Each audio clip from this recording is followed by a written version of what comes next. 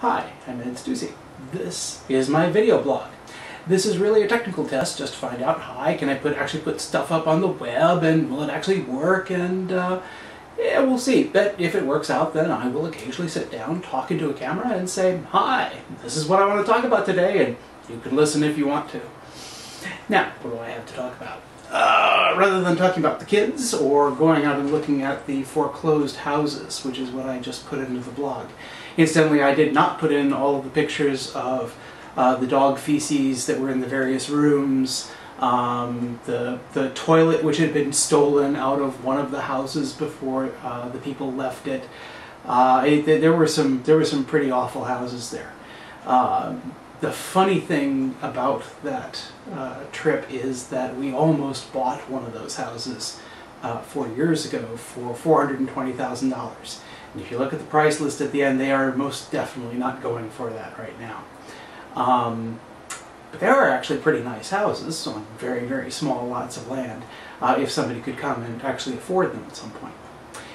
At any rate, there are two books that I've been reading lately.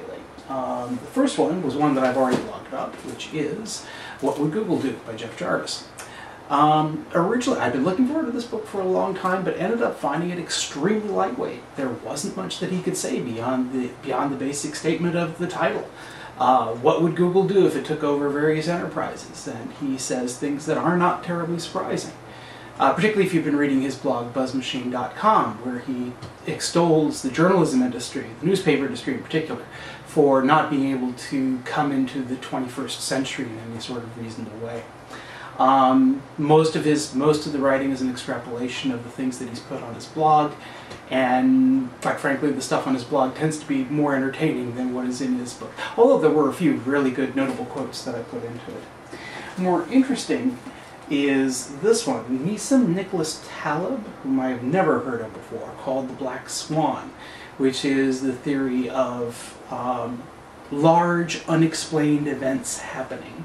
Something which has become known in the military speak of as the unknown unknown, and how it affects probability, our lives, and goes deeper into biologically how we may not even really be able to think about these things. And I will certainly be doing a written blog about that sometime in the near future. But until then, since this is just a test, I will say, hey, that's it. This is our test of the video blog. Let me know what you think. Large